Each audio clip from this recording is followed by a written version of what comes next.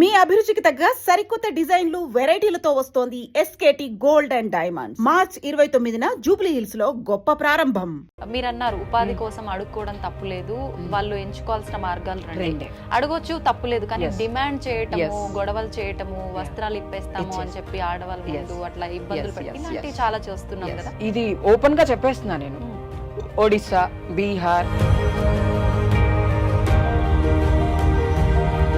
Criminals ఇప్పుడు ట్రాన్స్ మహిళల్లో కలిసిపోతున్నారు. మీ విషయానికి వస్తే ప్రత్యేకించి ఎక్కువగా ఫైట్ చేయడానికి ముందుంటారు. రాత్రి 11:30కి 2014లో ఒక నలుగురు టీనేజ్ అబ్బాయిలు తీసుకుని బండి మీద కూర్చోబెట్టుకున్నారు. అర్ధరాత్రి పూట హిజ్రాలు తిరిగినా, ట్రాన్స్ విమెన్స్ తిరిగినా వాళ్ళకి కూడా రక్షణ లేదు అనేది నాకు ఆ రోజు అర్థమైంది. చంద్రముఖి అని పేరు ఎందుకు అనుకున్నారు అసలు మీరు? నేను ఒకరోజు అమ్మవారి గెటప్ వేసుకొని వినాయక చవితిలో డాన్స్ చేస్తే, actually I want to name my self as Katyayani. మీరు సృష్టికి విరుద్ధం అనే చెప్పాలి, ఇలా చేయటం అనే వాళ్ళకి మీరు ఏం చెప్తారు? మా నాన్నగారు నాకు పేరు పెట్టినప్పుడు ఊరంతా పందిరేసి దావత్ చేశాడు. నేను ఇలా అవుతానని మా నాన్న అనుకోలేదు కదా. భగవంతుడు అనుకున్నాడు కాబట్టే నేను ఆడపిల్లలాగా నన్ను నేను ఊహించుకున్నాను. ట్రాన్స్ ఉమెన్స్ కి పీరియడ్స్ వస్తాయా? They don't know when they bleed, అంతే. నమస్కారం, వెల్కమ్ టు ఐ డ్రీమ్. నేను మీ విజిత. సాధారణంగా ట్రాన్స్ ఉమెన్స్ అనగానే మనందరిలో కూడా చాలా రకాల డౌట్స్ అయితే తలెత్తుతూ ఉంటాయి. అసలు ఏంటి వాళ్ళ లైఫ్ స్టైల్ ఎలా ఉంటుంది, నిజంగా వాళ్ళ లైఫ్లో చాలా కాంప్లికేషన్స్ తలెత్తుతుంటాయి, వాళ్ళు చాలా సఫర్ అవుతుంటారని చెప్పి కొంతమంది చెప్తుంటే వింటుంటాం. నిజంగా ఎలాంటి కాంప్లికేషన్స్ వస్తాయి, ఆడవారితో సమానంగా మమ్మల్ని కూడా చూడాలి అని చెప్పి కొంతమంది మాట్లాడటం కూడా మనం వింటూ ఉంటాం. నిజంగా ఇద్దరి మధ్య వ్యత్యాసం ఏముండదా, ఇద్దరిని నిజంగా ఒకే రకంగా చూడాలా, అసలు ఎందుకు చూడాలి, ఇలాంటి ఆసక్తికర విషయాలన్నింటినీ మనతో పాటు మాట్లాడడం కోసం ఇప్పుడు ప్రస్తుతం నాతో పాటు ఉన్నారు ట్రాన్స్ ఉమెన్ చంద్రముఖి గారు. ఇప్పుడు తనతో మాట్లాడి మరిన్ని విషయాలు తెలుసుకుందాం. నమస్తే అండి. నమస్తే. ఎలా ఉన్నారు? బాగున్నాను. చాలా తగ్గిపోయినట్టుగా కనిపిస్తున్నారు నాకు. డైట్ చేస్తున్నా. డైట్ లో ఉన్నారు. కొన్ని ప్రాజెక్ట్స్ చేస్తున్నాను, మూవీస్ చేస్తున్నాను, దానికోసం సన్నగా ఉన్నాను. Okay okay. ఏంటి మూవీస్ అంటే ఎలాంటి క్యారెక్టర్, ఎలా చూడబోతున్నాం మేము మిమ్మల్ని? ఒక మంచి ట్రాన్స్ విమెన్ చదువుకొని ఉద్యోగం చేస్తూ ఒక లెక్చరర్గా పనిచేస్తున్న ఒక క్యారెక్టర్ చూడొచ్చు మీరు సినిమాలో నన్ను. అండ్ ఇంకొక సినిమాలో నేను అర్ధనారి అనే ఒక క్యారెక్టర్ ప్లే చేస్తున్నాను. క్యారెక్టర్ పేరు మాత్రమే చెప్పగలను. దాంట్లో ఐఎమ్ కంప్లీట్లీ స్పిరిచువల్గా ఉన్నాను నేను. సో అంటే ఒకప్పుడు ఎంత స్పిరిచువల్గా ట్రాన్స్ కమ్యూనిటీ ఉండేదో కొన్ని యుగాల క్రితం అదే స్పిరిచువాలిటీలో ఒక మూవీ చేస్తున్నాను. సో అట్లా మూవీస్ ఉన్నాయి, ఒక బంచ్ మూవీస్ ఉన్నాయి. ఆ మూవీస్ కోసం కాస్త సన్నగా అండ్ ఒక సినిమా ప్రత్యేకంగా నా లైఫ్లో. ఆ సినిమా ఎందుకు అంటే దాంట్లో నేను అడవిలోనే ఉంటాను కాబట్టి చాలా లీన్ గా కనపడాలి, అంత చబ్బీగా కనపడకూడదు అని డైరెక్టర్ గారు చెప్పారు. సో అప్పుడు ఎక్కువ తగ్గాను అనమాట. సో కంప్లీట్ గా ఒక అడవి మనిషిలాగా కనపడాలి, ఒక ట్రైబ్ లాగా కనపడాలి. కాబట్టి ఆ సినిమా కోసం నేను 15 kgs తగ్గా. 15 kgs. ఎన్ని మంత్స్ లో? ఒక 6 months లో తగ్గా. మీ ఓన్ డైట్ ఏమన్నా పాటిస్తున్నారా, లేదంటే ఎవరినైనా? ఓనేనండి, ఓనే. ఐ నో గూగుల్ తల్లి అన్ని చెప్తూ ఉంటుంది కదా, ఏం తింటే బాగుంటది, ఏం తినకపోతే బాగుంటది. క్రేవింగ్స్ వచ్చినప్పుడు కంట్రోల్ చేసుకోవాలి మైండ్ ని, నోరుని. అప్పుడు ఆటోమేటిక్ గా దాన్నే డైట్ అంటారు. క్రేవింగ్స్ ని కంట్రోల్ చేసుకోకపోతే డైట్ కాదు కదా. ఎస్, అది కంట్రోల్ చేయడమే కష్టం నిజంగా. అయితే ఒకప్పుడు ట్రాన్స్ ఉమెన్స్ లైఫ్ ఎంత సాంప్రదాయంగా ఉండేదో అది మూవీలో చూపించబోతున్నాము అన్నారు. అంటే ఇప్పుడు అంత సాంప్రదాయంగా లేరు అని ఇండైరెక్ట్ గా అన్నట్టే కదా. అంటే ఏంటి, అంటే ఇక్కడ ఏం జరుగుతుంది అంటే, సాంప్రదాయం అంటే సనాతన ధర్మాల్లో ఎన్నో ధర్మాలను మనం చదువుతుంటూ ఉంటాము. త్రేతాయుగంలో శ్రీరామచంద్రుడు, ద్వాపర యుగంలో కృష్ణుడు, వీళ్ళని ఎత్తుకున్నటువంటి ఒక చరిత్ర ట్రాన్స్ మహిళలకు ఉంది. ఇప్పుడు ట్రాన్స్ విమెన్ అని మనం ఇంగ్లీష్ లో మాట్లాడుకుంటున్నాం. మీరు ట్రాన్స్ జెండర్స్ అని సంబోధిస్తారు. ట్రాన్స్జెండర్ అంటే అందరూ వస్తారు. ఎవరైతే పుట్టుకతో ఉన్నటువంటి జెండర్ ని కాకుండా వేరే జెండర్ ని ఆశ్రయిస్తారో వాళ్ళందరూ ట్రాన్స్ జెండర్స్ కిందకి వస్తారు. ట్రాన్స్ విమెన్ అన్నా, ట్రాన్స్ మహిళ అన్నా, హిజ్రా అన్న పదము చరిత్రలో ఫస్ట్ ఉన్న పదం హిజ్రా. సో హిజ్రాల సాంప్రదాయం ఎలా ఉండేది అంటే, పిల్లలు పుట్టినప్పుడు వెళ్ళి డబ్బులు అడుక్కోవటం, వాళ్ళ ఇంట్లో ఆడి పాడి అందరినీ ఆశీర్వదించి వాళ్ళ దగ్గర నుంచి కాసిని ఒడ్లు తెచ్చుకోవటం, లేకపోతే రాజు అయితే కొన్ని రత్నాలు ఇవ్వటం, ఇలాంటి సాంప్రదాయం ఇప్పుడుందా? లేదు. అందుకే ఆ సాంప్రదాయం లేదు కాబట్టి ఆ సాంప్రదాయాన్ని చూపిస్తున్నాను అని చెప్పాను. అప్పుడున్న యాక్సెప్టెన్సీ కూడా ఇప్పుడు లేదు. లేదు. అప్పుడు యాక్సెప్టెన్సీ ఏంటి అంటే, ఒక హిజ్రా ఎవరన్నా ఇంటి ముందుకు వస్తే అమ్మ మా ఇంట్లోకి వచ్చావా, తల్లి నువ్వు వచ్చావా, ఒక అమ్మవారు వచ్చింది అనుకునేవాళ్ళు, సాక్షాత్తు జగన్మాత వచ్చింది అనుకునేటువంటి ఆ ఆంబియన్స్ ఇప్పుడు లేదు సొసైటీలో. ఎందుకు లేదు అంటే రెండు రకాలుగా. ఎందుకంటే రాజులు పోయారు, రాజ్యాంగం వచ్చింది, దేవతల కాలం పోయింది, మనుషుల కాలం వచ్చింది, కలియుగంలో బ్రతుకుతున్నాం కాబట్టి చాలా చేంజెస్ వచ్చాయి. కానీ కలియుగంలోకి వచ్చేటప్పటికి బ్రిటిష్ పాలన వల్ల హిజ్రా కమ్యూనిటీ వాళ్ళు ఎప్పుడైతే బ్రిటిషర్స్ మన ఇండియాని పాలించడానికి వచ్చారో, మన హైదరాబాద్కి వచ్చినప్పుడు మన నిజాం సర్కార్ గారు ఎవరైతే ఉన్నారో, నైజాం పాలనలో కిచెన్లో మంచి షఫుల్గా ఉన్నారు.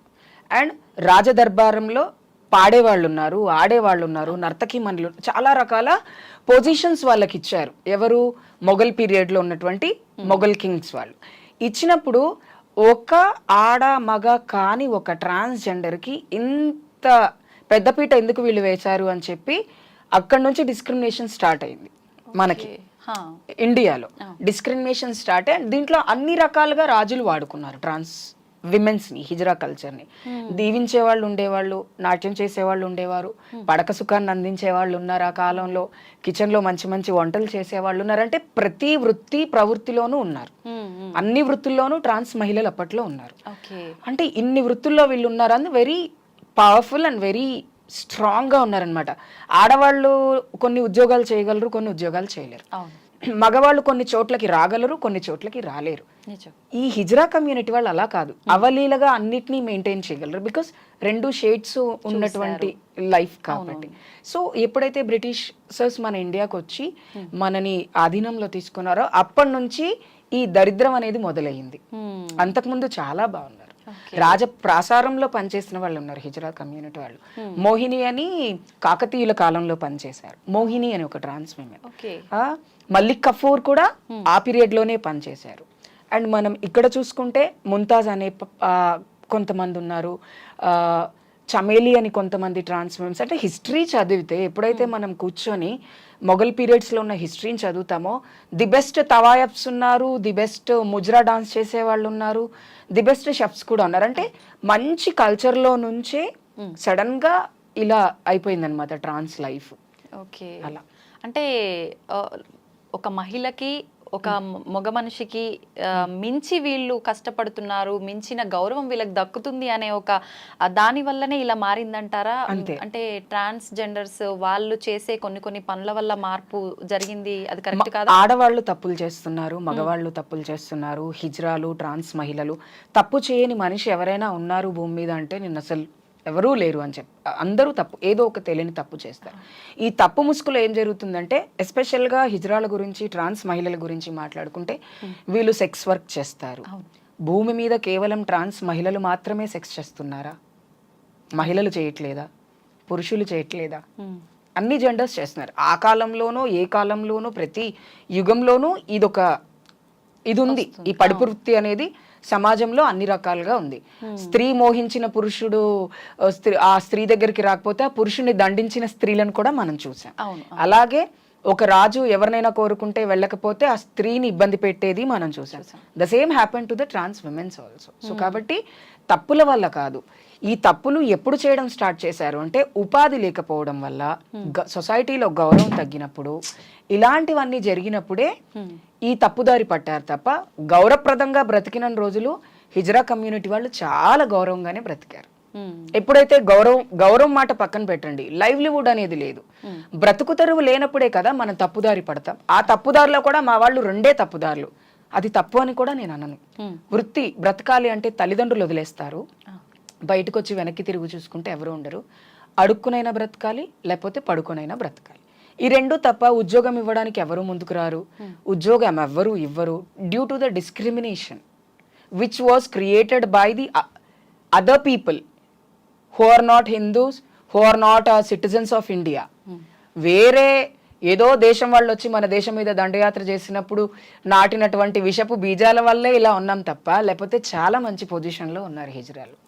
మీరు నమ్ముతారా నమ్మరో, హిజ్రా కమ్యూనిటీలో డోలకు వాయిస్తారు. సాంప్రదాయం అది. వాళ్ళు వచ్చి డోలకు వాయించి గానా బజానా చేసి వాళ్ళ కాళ్ళకున్న పట్టగొలుసులు గజ్జలు కట్టుకొని డాన్స్ చేసి దేవుణ్ణి తలుచుకొని ఆ పిల్లల్ని ఎత్తుకొని ఆశీర్వాదం ఇచ్చి వెళ్తే నా పిల్లవాడు ఎప్పుడూ బాగుంటాడు అనేటువంటి ఒక సాంప్రదాయం ఉంది మన భారతదేశంలో. ఓకే, దానివల్లే కదా వాళ్ళు అంత గౌరవంగా బ్రతికారు. వాళ్ళు అడుక్కోవడానికి వెళ్ళలేదు. మా బాబు పుట్టాడు రండి, మా కూతురు కడుపుతోటి ఉంది రండి, ఆశీర్వాదం, మేము కొత్తిల్లు కట్టుకుంటున్నాం మీరు రండి, మేము పొలాల్లో నాట్లేస్తున్నాం ముందొచ్చి మీరు వేసి వెళ్ళండి, లేకపోతే కాసిని ఒడ్లు మీ చేతులతో ఇవ్వండి. ఇవన్నీ ఎందుకోసం చేస్తున్నాం? సొసైటీలో ఉన్న వాళ్ళందరూ బాగుండాలనే కదా. ఇప్పుడు మా ఆశీర్వాదం వల్ల మీరు బాగుంటారు అంటే మీరు బాగుండాలనే కోరుకుంటాం. మీరు మా ఆశీర్వాదం వల్ల మీరు ఇంకా బాగుంటారు అనుకుంటే అందుకే ఆశీర్వాదం అనేది ఇస్తున్నాం. లేకపోతే ఆశీర్వాదం ఇవ్వకపోతే మీరు డబ్బులు ఎలా ఇస్తారు? రోడ్డు మీద పోయే వాళ్ళు అందరూ ఆశీర్వదిస్తే అందరికి డబ్బులు ఇస్తారా? ఇవ్వరు. ఓన్లీ హిజ్రాలో ఉన్నటువంటి హిజ్రా కమ్యూనిటీలో ఉన్నటువంటి హిజ్రాలు ఆశీర్వదిస్తేనే మీరు డబ్బులు తీసిస్తారు. ఆడవాళ్ళు ఆశీర్వదిస్తే డబ్బులు ఇస్తారా? లేదు. అట్లా ఈవెందుకు మనకు ఆశీర్వదిస్తుంది అనుకుంటారు. ఈ ఆశీర్వాదానికి ఉన్న గొప్పతనం అది. శ్రీరామచంద్రుడు అరణ్యవాసానికి వెళ్ళేటప్పుడు త్రేతాయుగంలో ఆయన యమునా నది తీరాన పశుపక్షాదులారా, అమ్మలారా, అయ్యలారా అంటే సకల జీవరాశులని ఆయన వెళ్ళిపోమని చెప్పాడు.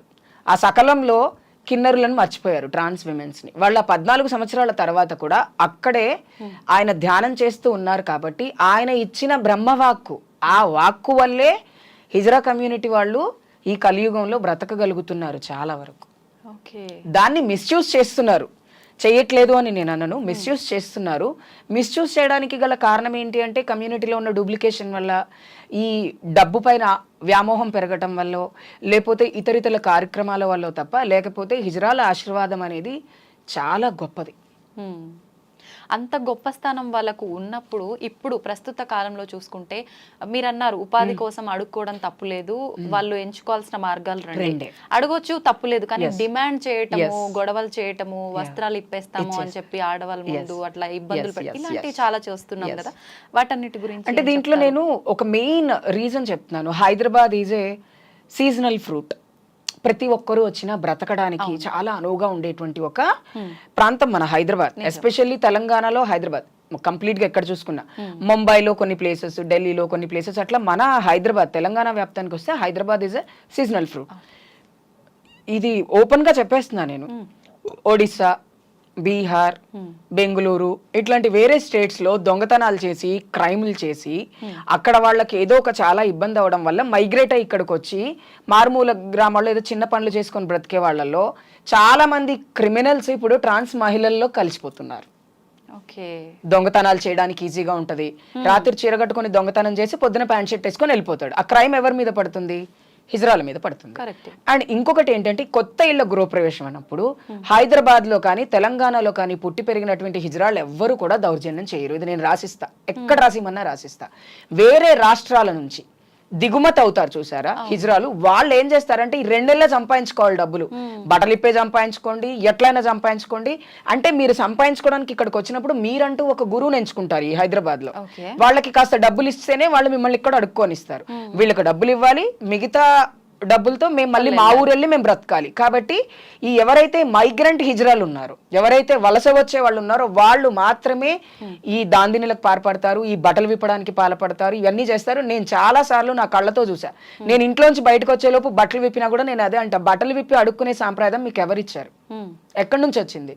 ఇది కేవలం డబ్బు కోసము మాత్రమే కొంతమంది చేసే పని, అందరూ అయితే చేయరు. నేను మళ్ళీ చెప్తున్నా, పెద్దవాళ్ళు ఎవరైతే ఉన్నారో, సీనియర్స్ ఎవరైతే ఉన్నారో వాళ్ళు అస్సలు చేయరండి. ఎవరు చేస్తారు అంటే ఈ వేరే రాష్ట్రాల నుంచి దిగుమతి ఇక్కడ వాళ్ళు ఉండరు. ఈ రోజు అడుక్కుంటారు, 4 రోజులు అడుక్కుంటారు, మళ్ళీ వాళ్ళ ఊరు వెళ్ళిపోతారు. ఇప్పుడు ఒక కంప్లైంట్ ఇచ్చితే సీసీ ఫోటేజ్ తీసి ఒక వారం 15 రోజులకు కానీ అది ఎఫ్ఐఆర్ అవ్వదు. అప్పుడు ఎవరిని పట్టుకుంటారు? వచ్చి లోకల్గా ఉన్న మాలాంటి వాళ్ళని పట్టుకొని వాళ్ళని చూపించండి అంటారు. సో బట్టలు విప్పడం తప్పు, చప్పట్లు కొట్టడం తప్పు, ఎక్స్టార్షన్ చేయడం ఇంకా చాలా పెద్ద తప్పు. ప్రేమగా ఎంత ఇస్తే అంత ఎందుకు తీసుకోవట్లేదు అంటే వీళ్ళందరికీ కొంతమంది లీడర్స్ ఉంటారు కదా, నువ్వు ఈ రోజు ఇంత అడుక్కుంటే నాకు ఇంత ఇవ్వాలి, సంవత్సరానికి నువ్వు నాకు ఇంత ఇవ్వాలి, నెలకి నువ్వు నాకు ఇంత ఇవ్వాలి, డిమాండ్ చేస్తారు. ఈ డిమాండ్ వల్ల ఈ హిజ్రా మాఫియాలో మనీ లెండింగ్ అనేది ఎక్కువ అవుతుంది. హిజ్రా మాఫియాలో ఎవరైతే కొంతమంది హిజ్రాలు ఉన్నారో వాళ్ళు కేవలం డబ్బు కోసమే వేరే రాష్ట్రాల నుంచి ఊర్ల నుంచి హిజ్రాలను తీసుకొని వచ్చి ఇక్కడ ఎగదోసి వాళ్ళందరినీ వాళ్ళు ఇచ్చిన డబ్బులతో వీళ్ళు బాగుంటారు. ఇప్పుడు మన తెలంగాణలో ఎవరినన్నా అడగండి హిజ్రాల గురించి ఎవరు మంచి పేరు చెప్పరు. ఎందుకు చెప్పరు అంటే ఇట్లాంటి వాళ్ళ వల్లే. వాళ్ళకి నేను ఎన్నోసార్లు చెప్పాము, పోలీసులు ఎన్నోసార్లు కౌన్సిలింగ్ ఇస్తున్నారు. అందుకని ఈసారి ఎవరైనా ఇలా బట్టలు విప్పి అలా అడిగితే వాళ్ళకి ఖచ్చితంగా రిమాండ్ చేయండి. అప్పుడు కాస్త ఇప్పుడు ఒక అబ్బాయి తప్పు చేస్తే చట్టపరమైనటువంటి లీగల్ యాక్షన్ తీసుకుంటాం, ఒక అమ్మాయి తప్పు చేస్తే లీగల్ యాక్షన్ తీసుకుంటాం, ట్రాన్స్జెండర్స్ చేసినా లీగల్ గా ప్రొసీడ్ అవ్వండి ప్రతి ఒక్కరు. అంతే. వాళ్ళకి ప్రత్యేక చట్టాలు ఉన్నాయా? ప్రత్యేక చట్టాలు ఏమున్నాయి, శిక్షించడానికి ప్రత్యేక చట్టాలు అయితే ఏమీ లేవు అందరిలాగే. మీ విషయానికి వస్తే ప్రత్యేకించి ఎక్కువగా ఫైట్ చేయడానికి ముందుంటారు. కొన్ని వేల మందికి, దాదాపు 40,000 మందికి సపోర్ట్ చేశారని చెప్పి చూస్తున్నాం మేము. ఎందుకని అంటే ఆ తపన ఎందుకు వచ్చింది? తపన ఎందుకు వచ్చింది అంటే నా జర్నీ 2009లో స్టార్ట్ చేశాను. 2011లో ఉద్యోగం చేస్తూ బ్రతకకుండా ఇంత చదువుకున్నా నేను ఎందుకు ఉద్యోగం చేయకూడదని I started working in Alliance India. It's a national NGO as a trans woman representative of ఆంధ్రప్రదేశ్గా ఫస్ట్ జాయిన్ అయ్యాను నేను. అప్పుడు హిజ్రాల్ అన్నా కానీ ట్రాన్స్జెండర్ అన్న వర్డ్ కొత్త నాకు కూడా, నేను హిజ్రాలమనే చెప్పేదాన్ని. అప్పుడు జాబ్ చేసేటప్పుడు నాకు అనిపించింది ఏంటంటే ఎవరికి వాళ్ళు అడుక్కుంటూ ఇంట్లోనే పడుకుంటే ఎప్పుడు సమాజం మనని గుర్తిస్తుంది అన్నటువంటి క్వశ్చన్ నన్ను చాలా నిద్రపోనివ్వలేదు చాలా రోజులు. అప్పుడు పోలీస్ డిపార్ట్మెంట్, అన్ని డిపార్ట్మెంట్స్, అప్పుడు 53 శాఖలు ఉండేవి మనం ఏపీలో ఉన్నప్పుడు. 53 శాఖలకి సెన్సిటైజేషన్ ప్రోగ్రామ్ ఒకటి చేయాలి. హిజ్రాగా నేను వెళ్ళి ప్రోగ్రామ్ చేసినప్పుడు ఇంగ్లీష్లో ఒక హిజ్రా మాట్లాడుతుంటే వింతగా చూసేవాళ్ళు IAS ఆఫీసర్స్. సో అది నన్ను చాలా అట్రాక్ట్ చేసింది. అరే నేను ఒక్కదాన్ని మాట్లాడితేనే ఇంత పని చేస్తున్నాము అంటే చాలా మంది ఇంకా చాలా పని చేయొచ్చు అనుకుని I started my career at that time. ఆ కెరియర్లో ఏం జరిగింది అంటే అన్యాయం జరిగినప్పుడు వాయిస్ రేస్ చేయడం అలవాటు అయిపోయింది. అప్పట్లో హిజ్రాలని బాగా కొట్టేవాళ్ళు, పోలీసులు కొట్టేవాళ్ళు, గూండాలు కొట్టేవాళ్ళు, రౌడీలు కొట్టేవాళ్ళు, ఇంట్లో తల్లిదండ్రులు కొట్టేసేవాళ్ళు, కిరసనాలు పోసి తగలబెట్టేసేవాళ్ళు. ఒక ఇయర్స్ బ్యాక్ నా ఇనీషియల్ స్టేజ్లో నేను వచ్చినప్పుడు ఇంత అరాచకాలు, ఒక మనిషి నేను ఆడపిల్లలాగా మారతానంటే ఇంత అమానుషం ఎందుకు చేస్తారు? అదే విష్ణుమూర్తి జగన్మోహినిలాగా మారి అమృతాన్ని దేవతలందరికీ పంచినప్పుడు అంత అప్రిషియేట్ చేశారే దేవతలందరూ విష్ణుమూర్తిని, ఆయన ఎందుకు మారాడు? ప్రజా కళ్యాణం కోసం మారాడు. నేను ఎందుకు మారుతున్నాను? నా సంతోషం కోసమే మారుతున్నాను కదా. నేను ఇలా మారడం వల్ల ఎవరికి ఇబ్బంది లేదు. కేవలం నాకు పిల్లలు పుట్టరు అని మా అమ్మ నాన్న బాధపడతారు, వంశం నిర్వంశం అయిపోద్ది అనుకుంటారు.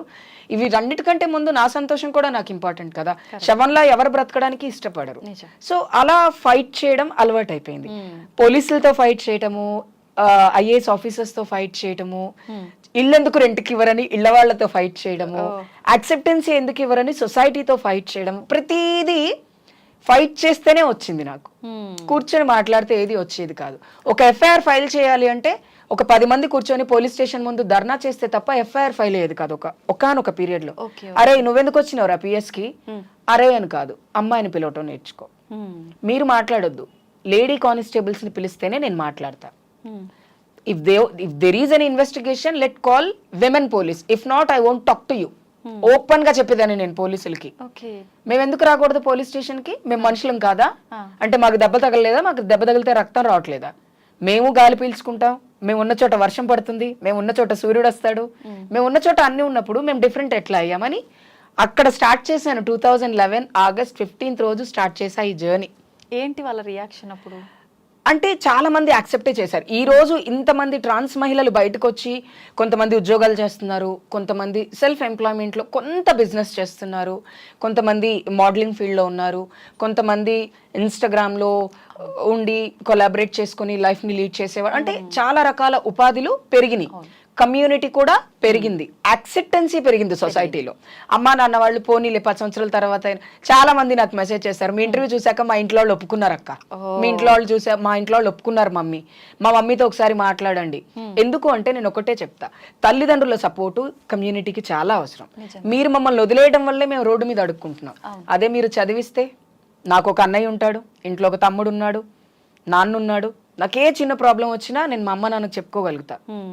ఒక ఫ్యామిలీ అనేది లేకపోతేనే మనం ఎందుకు పనికిరాని వాళ్ళం అయిపోతాం అని. కాబట్టి నేను అప్పటి నుంచి ఆ జర్నీ ప్రతిదీ ఫైటే. ఈ మధ్య ఫైట్ చేయట్లేదు, ఎందుకంటే మొన్న తెలంగాణలో గవర్నమెంట్ మారిన తర్వాత రేవంత్ అన్న గారిని కలిసినప్పుడు వి వాంట్ ఇండిపెండెన్స్ అని రాసిచ్చాను నేను. ఓకే.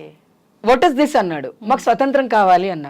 అదేంటమ్మా స్వతంత్రం ఎందుకు కావాలి అంటే, స్వతంత్రం వచ్చి ఇన్ని సంవత్సరాలైనా మన రాష్ట్రంలో బ్రతకడానికి మాకు స్వేచ్ఛగా ఉద్యోగం చేసుకోవడానికి లేదు, స్వేచ్ఛగా తల్లిదండ్రులతో బ్రతకడానికి లేదు, స్వేచ్ఛగా చదువుకోవడానికి లేదన్నా, అందుకనే నాకు స్వతంత్రం కావాలి అని ఫస్ట్ నేను రాసింది అదే, we want independence in Telangana state. తర్వాత పెద్ద లిస్టే ఇచ్చాను అనుకో. ఓకే. వాళ్ళు అంత సర్ప్రైజ్ అవ్వడానికి కారణం ఏంటి అంటే, మా బ్రతుకు తెరువులు బాగోలేవు కాబట్టి నేను స్వతంత్రాన్ని కోరుకుంటున్నాను. Let's see what comes out. అది అక్కడ కూడా చూసారో ఎంత మనం డిఫరెంట్ గా మాట్లాడితే తప్ప జనాలు మనల్ని యాక్సెప్ట్ చేయరు. అంటే అందరూ మాట్లాడినట్టు తిన్నావా, ఉన్నావా, పడుకున్నావా, తెల్లారిందా కాకుండా కమ్యూనిటీకి ఏం కావాలో the bullet point should be there. అందుకే నాకు గొడవ పట్టడం అలవాటు అయిపోయింది. హత్యలు జరిగినప్పుడు కేసులు కావు, ఎఫ్ఐఆర్లు కావు. రీసెంట్ గా మన ఫతేనగర్ లో ఒక మర్డర్ అయ్యింది చూసాము.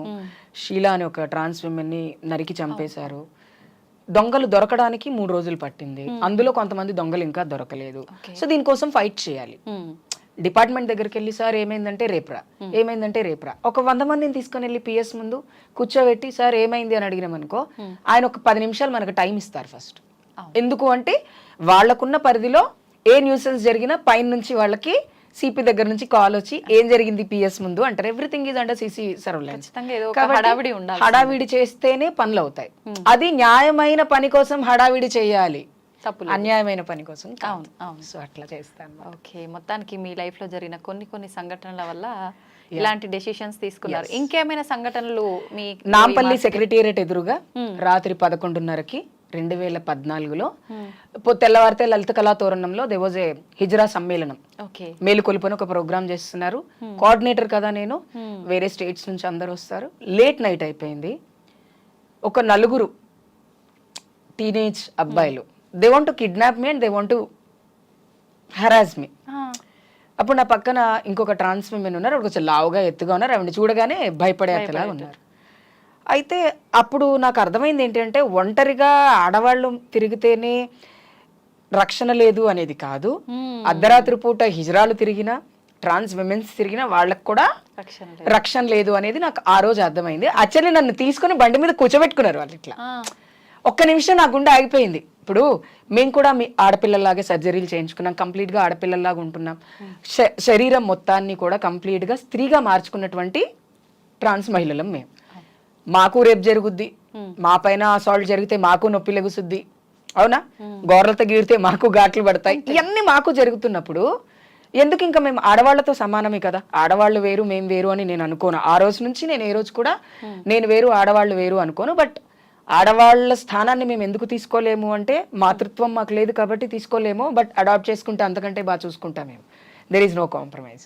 కాబట్టి అమ్మని అమ్మ స్థానంలో ఉంచాం కాబట్టి మేము పిల్లల స్థానంలో ఉండాలనుకుంటున్నాం. కాబట్టి I won't say that we are 100% ఆడపిల్లలం కాదు, ఆడపిల్లల మనస్తత్వంతో ఉన్నాం కాబట్టి, మమ్మల్ని ఈక్వల్గా ఉన్నాం కాబట్టి recognise as a complete trans women గానే రికగ్నైజ్ చేయండి. ఆ రోజు భయపడ్డాను. ఆ భయం ఎవరికి కలగకుండా ఉండడం కోసం అన్ని పోలీస్ డిపార్ట్మెంట్స్లో అప్పుడు ఒక మీటింగ్ చేశాను. ట్రాన్స్ మహిళల పైన కూడా రేపులు జరుగుతుంటాయి, మీరు ఆ రేపుల పైన కన్సిడర్ తీసుకొని మీరు ఈసారి ఎవరైనా ట్రాన్స్ మహిళలు వస్తే వాళ్ళకి రేప్ జరిగిందని ఎఫ్ఐఆర్ ఖచ్చితంగా చేయాలి. ఎలా చేయాలి? రేప్ చట్టం న్యూట్రల్ కాదు, ఓన్లీ ఆడవాళ్ళకే ఉంది, మగవాళ్ళకి లేదు. మీకు ఎలా తీసుకోవాలి ఆడవాళ్ళలాగా అంటే అప్పుడు చెప్పాల్సి వచ్చింది, సార్ మేము సర్జరీలు చేయించుకుంటాం, మేము వర్జినోప్లాస్టీ సర్జరీలు చేయించుకుంటాం, మేము కూడా మా బాడీలో బ్రెస్ట్ ఇంప్లాంటేషన్ చేయించుకుంటాము, కాబట్టి మేము కూడా ఆడపిల్లలాగే మా పైన కూడా అత్యాచారం చేయడానికి అవకాశం 110% ఉంది, కాబట్టి మీరు ఈ రేప్ అనే దాన్ని కన్సిడర్ చేయాలి అని. అప్పటి వరకు నాకు రేప్ జరుగుతుందని నాకు తెలియదు, అంటే ట్రాన్స్ మహిళలకు రేప్ జరుగుతుందని నాకు తెలియదు. అలా ఒక మనిషి అప్పుడు సీసీ కెమెరాలు కూడా లేవు. 2013-14లో ఉంటే ఇట్ వాజ్ లైక్ వెరీ, అది సెక్రటేరియట్ ఎదురుగానే ఉన్నా నేను, ఎక్కడో కూడా లేను. వచ్చి అలా ఎత్తుకున్నారు అంతే. ఆవిడ గొడవపడి నన్ను మళ్ళీ తీసుకున్నారు. ఆవిడ తీసుకోగలిగారంటే ఆవిడకున్న స్టామినాలో ఆవిడ తీసుకోగలిగారు. అదే ఒక్కదాన్ని ఉంటే నెక్స్ట్ డే ఏమొచ్చింది, ఎక్కడో ఒక చిన్న న్యూస్ పేపర్లో, ఇప్పుడు సోషల్ మీడియా అంత ఇన్ఫ్లుయెన్స్ గా లేదు, ఎక్కడో ఒకసారి హిజ్రాను దారుణంగా అత్యాచారం చేసి చంపిన పురుషులో మగవాళ్ళు అని వేసేవాళ్ళు. సో అట్లాంటివి ఏవి కాకుండా ఉండడం కోసం కూడా చాలా స్ట్రగుల్ చేశాను నేను. ఓకే. ఎందుకు అంటే ఒకటి మన పైన జరిగిన అత్యాచారం కంటే వేరే వాళ్ళ పైన జరిగే అత్యాచారాల గురించి ఎందుకు ఎక్కువ మాట్లాడాల్సి వచ్చింది అంటే కమ్యూనిటీ ఎక్కువ సెక్స్ వర్క్ మీద డిపెండ్ అప్ అయ్యింది. అవునా?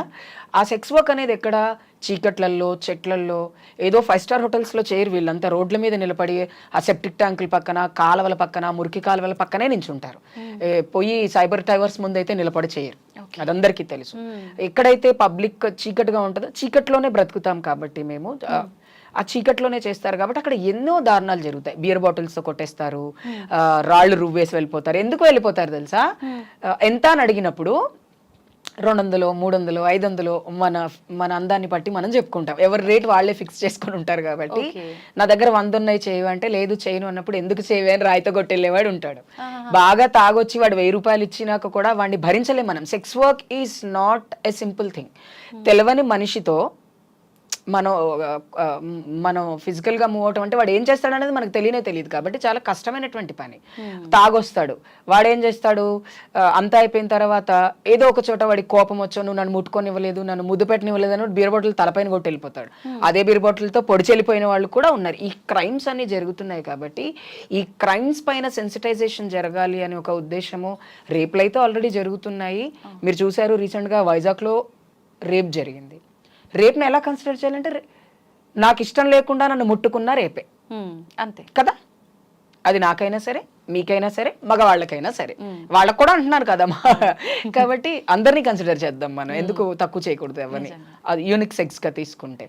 కాబట్టి ఈ కష్టాలన్నీ జరగకుండా ఉండడం కోసమే నేను ఎక్కువ మాట్లాడటం.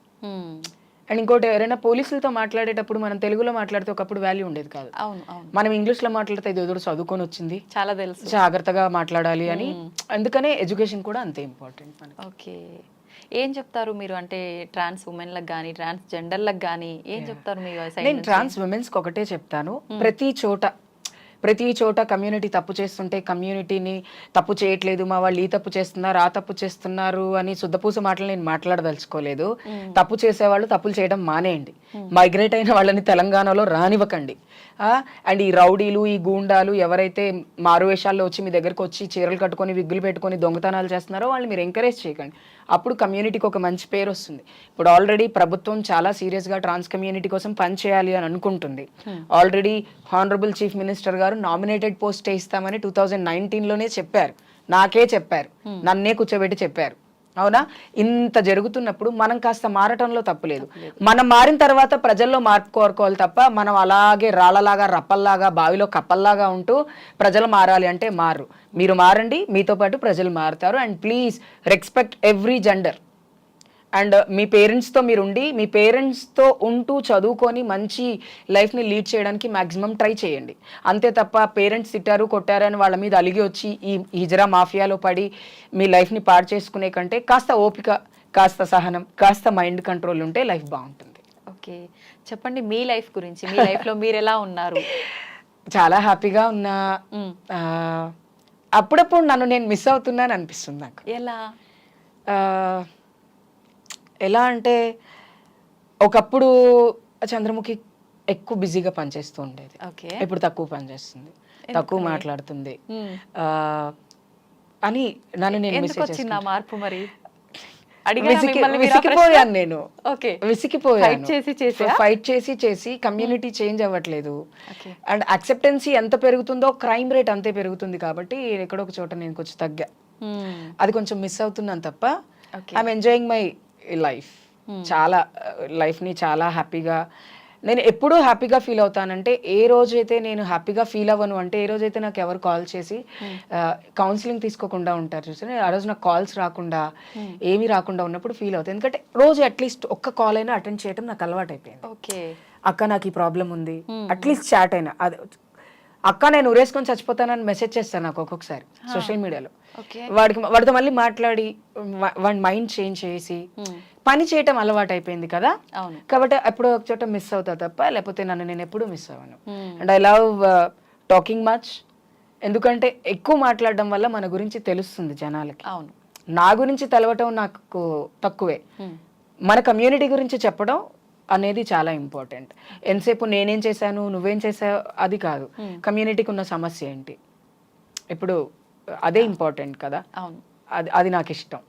అందరు అదే అంటారు, ఎప్పుడు మీ గురించి తక్కువ మాట్లాడతారు అంటే, నా గురించి చెప్పడానికి ఏముంది, పొద్దున్నే లేచి దేవుడి కాస్త ఆరాధన లైఫ్ లో అది చాలా ఇంపార్టెంట్ నాకు. Little bit spiritual and I read more books. ఎలాంటి బుక్స్ చదువుతారు? హోలీ స్పిరిచువల్ ఎక్కువ, ఓకే. Spiritual books.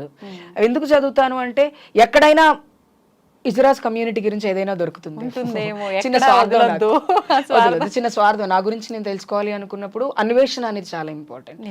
నేను అన్వేషించడం వల్ల ఇలా ఉన్నాను ఈరోజు. చాలా అన్వేషిస్తాను. నేను ఏదైనా గుడికి వెళ్ళినప్పుడు ఈ గుడి దగ్గరికి ఎవరెవరు ఎక్కువ భక్తులు వస్తారు, దీంట్లో ఏ కమ్యూనిటీ, మా కమ్యూనిటీ ఉందా, అట్లా చూసుకుంటూ ఉంటా.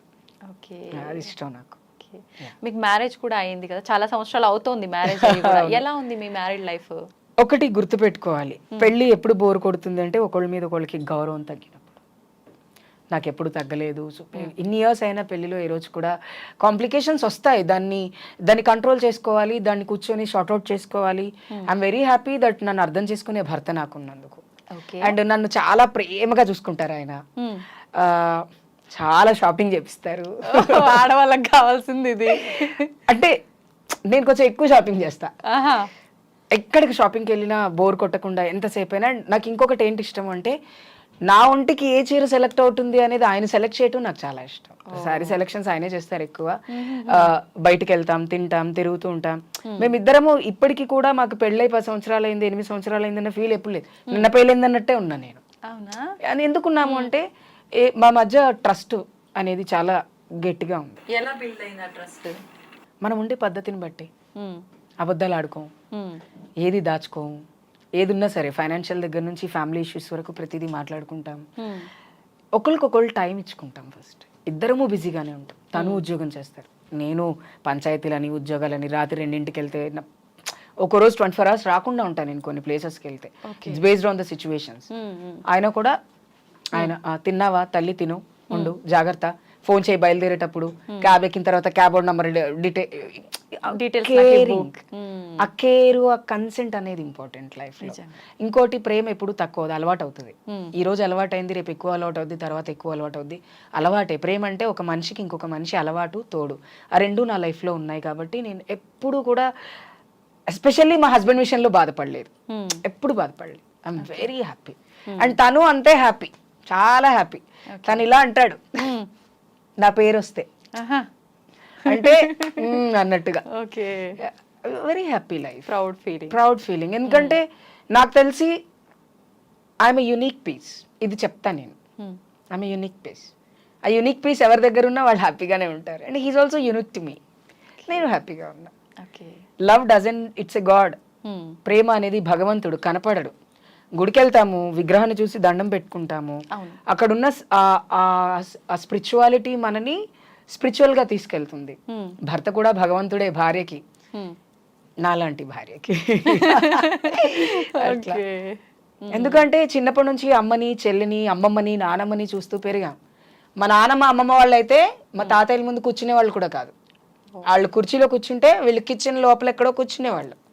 ఇప్పుడంటే కాళ్ళ మీద కాలేసుకొని ఏంది చెప్పబ్బా అంటున్నారు. కానీ అది పద్ధతి కాదు కదా. కొన్ని మన సంప్రదాయాన్ని పాటించాలి. ఆ విషయంలో నేను చాలా స్ట్రిక్ట్. అందుకే నేను ఇంత హ్యాపీగా. వర్క్ విషయంలో అంతా మీకు సపోర్ట్ చాలా, ఇంట్లో హెల్ప్ చేస్తుంటారా? చాలా అన్ని రకాలుగా హెల్ప్ చేస్తుంటాను. నేను స్ట్రెస్ లో ఉన్నప్పుడు కూడా బయటకు వెళ్ళిపోతే కాసేపు ఎక్కడైనా కూర్చోబెడతారు నన్ను. ఎవరో చచ్చిపోతే ఇంత టెన్షన్ పడి ఇంత ఏడోకు ప్లీజ్. మొన్న నేను ఒక 1 week ముందు చాలా డిప్రెషన్లో ఉన్నా. 2 రోజులు అన్నం తినబుద్ధి కాలేదు, ఏం తినబుద్ధి కాలేదు, అలా ఉన్నా. చచ్చిపోయిన ఆమె కోసం న్యాయం చేయడం కోసం నువ్వు కష్టపడాలి. కానీ ఆ చనిపోయిందని అలాగే బాధపడితే దాన్ని ఓవర్కమ్ చేసుకొని ఏం చేయాలో ఆలోచించాలి నువ్వు చంద్ర. అలా ఏడవద్దు. నువ్వేడవటం ఏంటి అంటే చూడగానే ఒక ఎమోషనల్ అయిపోయా. అదే ప్లేస్ లో నేనుంటే కూడా ఎవరున్నా అంతే కదా. దెర్ ఈస్ నో, అంటే ఒక హిజ్రా చనిపోతే అట్లీస్ట్ మనుషులు గుర్తించరా అనేటువంటి ఒక బాధ అనిపించింది నాకు ఆ రోజు. మీడియాలో ఎక్కడా కూడా రాలేదు, ఎప్పుడో 2 రోజుల తర్వాత వచ్చింది. ఆడవాళ్ళు చచ్చిపోతే breaking news, breaking news, breaking news. చిన్నల పైన అత్యాచారాలు జరిగితే బ్రేకింగ్ న్యూస్. ఆమె పైన కూడా అత్యాచారం జరిగే చనిపోయింది.